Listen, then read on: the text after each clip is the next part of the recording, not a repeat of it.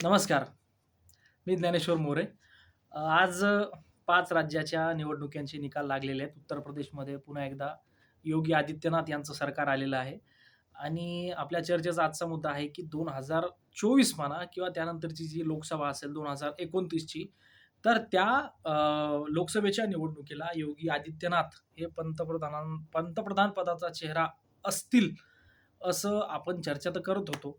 पण ते कसे असतील आणि आहे त्यामधला, की तेच असतील, हे अजून जरी याबाबत साशंकता असली, तरी 90% ते 95% आता उमेदवार तेच असतील 2024च्या, जर नरेंद्र मोदी यांनी निवडणूक नाही लढली तर, किंवा 2029च्या निवडणुकीचा प्रमुख चेहरा किंवा नरेंद्र मोदी यांच्यानंतर कोण? हा जो प्रश्न आपल्याला पडतो किंवा संबंध देशवासियांना पडतो, तर त्याचं उत्तर मला वाटतं आपल्याला आता भेटलेलं आहे.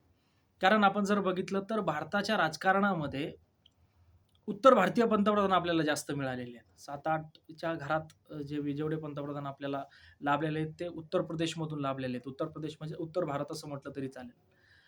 वेळोवेळी त्या तेवढ्याच भागाची म्हणजे नॉर्थ इंडियाची पूर्ण भारतावर सत्ता राहण्याचा हा प्रयत्न पहिल्यापासून झालेला आहे. त्यामुळे एक बाकीच्या देशातील बाकीच्या भागातून येणाऱ्यांसाठी म्हणजे साउथ इंडिया असेल, महाराष्ट्र असेल, अशा वेगवेगळ्या प्रदेशातून जे पंतप्रधान पदाच्या ज्या अपेक्षा धरतात त्यांच्यासाठी ते अवघड असतं. प्रमोद महाजन घ्या, नंतर शरद पवार घ्या आणि आता देवेंद्र फडणवीस घ्या. कोणीही घ्या, तर हे जे महाराष्ट्रातील नेते असतील किंवा दक्षिणेतून सुद्धा पी.व्ही. नरसिम्हा राव हे एकमेव पंतप्रधान झालेले आहेत. तर दक्षिणेतली अस्मिता अजूनही चांगली कणखर आणि बळकट असल्यामुळं त्यांनी त्यांना सपोर्ट केला. ते तिथे निवडून गेले. पण महाराष्ट्रातून तसं होताना दिसत नाही. शरद पवारांच्या बाबतीत ते झालेलं आहे आणि कदाचित आता देवेंद्र फडणवीस यांच्या बाबतीत सुद्धा तेच होईल. तर एकदम आता आपण मुद्द्याकडे येऊया, की योगी आदित्यनाथ हे पंतप्रधान पदाचा चेहरा कसा असतील? तर याचे 2-3 काही निरीक्षणं म्हणा किंवा काही गोष्टी आहेत ज्या माझ्या नजरेसमोर आलेल्या आहेत, त्या मी तुमच्यासमोर मांडण्याचा प्रयत्न करणार आहे. एक म्हणजे त्यांना आतापासून आपण ही चर्चा करतोय याचं सुद्धा एक कारण आहे. बरोबर हा एक सोडून दिलेलं जे पिल्लू म्हणतो आपण त्याला, याचा 2-3 वर्षापासून प्रचार चालू आहे. 2 वर्षापासून म्हटलं तरी चालेल. मागे नरेंद्र मोदी आणि योगी आदित्यनाथ यांचा एक फोटो व्हायरल झाला होता. त्यामध्ये नरेंद्र मोदी हे योगींच्या हातात हात टाकतात. आता विचार करा, 2 मोठ्या लेव्हलचे नेते ते एकमेकांच्या गळ्यात हात कसा टाकतील? आणि टाकला तरी अनौपचारिकरित्या त्यांच्या खाजगीमध्ये टाकत असतील.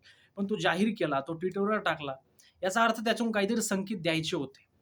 आणि नरेंद्र मोदी जर 2024 ची निवडणूक नाही लढले, त्यांच्या पक्षाचा जो नियम आहे 75 वय 75 चा, तर मोदी त्यासाठी लायक नाहीत किंवा अपात्र ठरतात. तरीसुद्धा आता ते ते तर वेळच ठरवेल. आपण भविष्यवेत्ते नाही आहोत. जर नाही लढलो, तर योगी आदित्यनाथ हेच 2024च्या भाजपच्या निवडणुकीचा फेस असतील.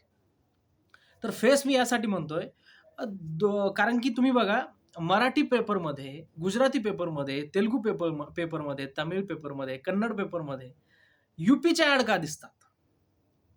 यूपीमध्ये योगी आदित्यनाथ हे यूपीच्या मुद्द्यावर कमी आणि भारताच्या मुद्द्यावर जास्त बोलत असत. भारताच्या आंतरराष्ट्रीय जे परराष्ट्र व्यवहार असतील त्या संबंधात बोलत होते.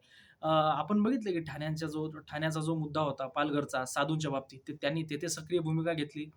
शिवाजी महाराजांचं आग्र्यामधून माहिती आहे महाराजांची सुटका झाली होती. तिथे त्यांनी तिथं ते एक केंद्र उभारलं. तर महाराजांचा महाराष्ट्र एक मराठी अस्मिता आपण ज्याला म्हणतो.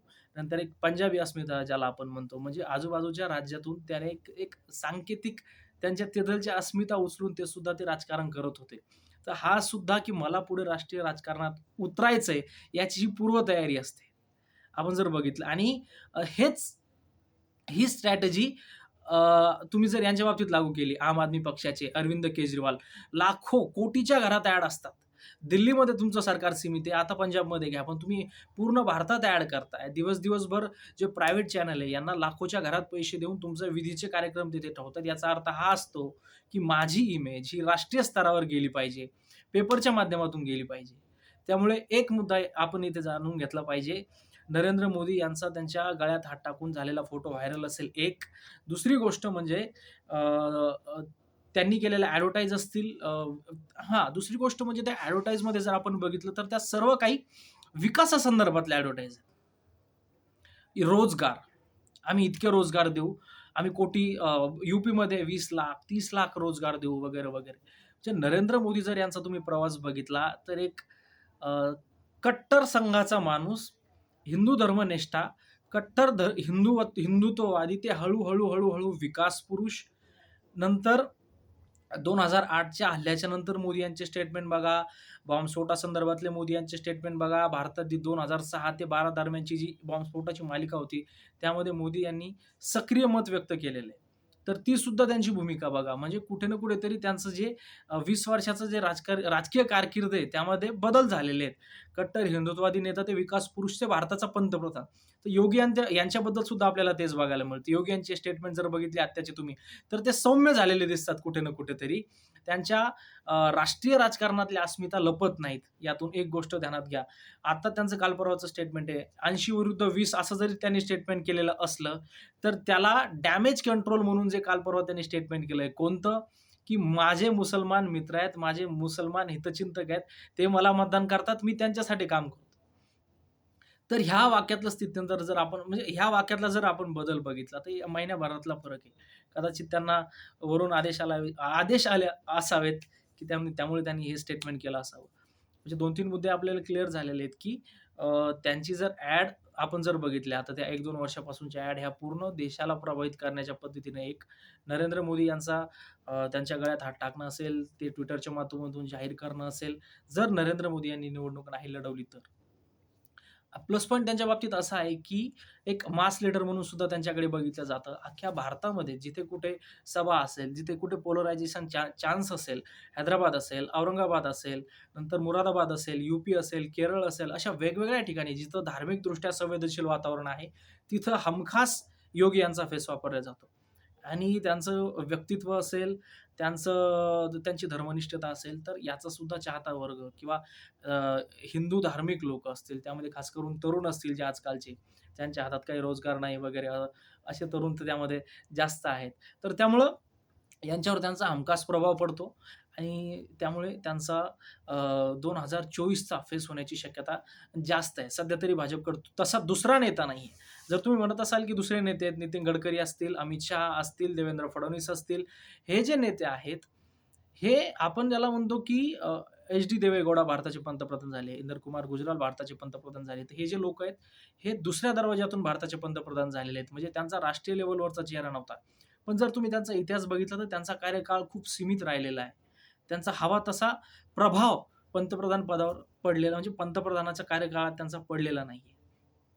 आणि जर तुमच्याकडे योगींसारखा उमेदवार असेल, तर तुम्ही अमित शहा असतील, देवेंद्र फडणवीस असतील, यांचा विचार का करणार? का? कारण की या दोन्हीही नेत्यांची जरी राष्ट्रीय स्तरावर ओळख असली, तरीही मत कलवण्यात किंवा मतपरिवर्तन होईल असा तेवढा त्यांचा प्रभाव जनतेवर दिसत नाही. आता जसं की आपण म्हणलो, की देवेंद्र फडणवीस यांच्याबद्दल थोडी शक्यता जास्त वाटते. पण जर दुसरी गोष्ट जर बघायला गेली, तर महाराष्ट्र वगळता आता आता गोवा घ्या, 2-3 हे जे राज्य आहेत हे वगळता, तर दुसरीकडे तसं ते दिसत नाही योगींच्या तुलनेत. आणि अमित शहा यांच्या बाबतीत जर बोलायचं झालं, तर अमित शहा यांचं जर तुम्ही पार्श्वभूमी बघितली, बॅकग्राऊंड बघितलं, तर त्यांच्यावर खूप गंभीर स्वरूपाचे गुन्हे दाखल झालेले आहेत. त्यांच्यावर हत्येचा आरोप आहे वगैरे, तर ते काही दिवस तडीपार सुद्धा होते. त्यामुळे अशा बॅकग्राऊंडचा पंतप्रधान भारताला मिळू शकतो का? किंवा त्यावर भाजपसारखा पक्ष जो सांगतो, की आमच्या पक्षाची नीती वेगळी, तर ते त्यांच्या अशा व्यक्तीवर ते विचार करू शकतात का? आणि दुसरी गोष्ट म्हणजे आतापर्यंत जर तुम्ही बघितलं असेल, तर अमित शहा यांचा इलेक्शनसाठी कुठेच फेस वापरला गेलेला नाही, की यांच्या नावावर तुम्ही निवडणूक द्या, मतदान करा आणि त्या दृष्टीनं अमित शहा सुद्धा प्रयत्न करताना दिसत नाहीत. मग पर्याय तिथे एकच उरतो, की पक्षाला फेस न देता निवडणुका लढवणं. आता ती 2024ची असो किंवा 2029ची असो, कोणताही चेहरा न देता निवडणुका लढवणं आणि नंतर जो पक्ष ठरवेल तो उमेदवार जाहीर करणं. तेव्हाच कुठेतरी आपण म्हणू शकतो, की अमित शहा असतील, देवेंद्र फडणवीस असतील, राजनाथ सिंग असतील, नितीन गडकरी असतील, यांचा नंबर लागू शकतो. पण जर असं न करता जर चेहरा जाहीर करून जर भाजपला पुढच्या निवडणुका जिंकायच्या असतील, तर नक्कीच योगी आदित्यनाथ हा भाजपचा चेहरा असू शकतात. धन्यवाद.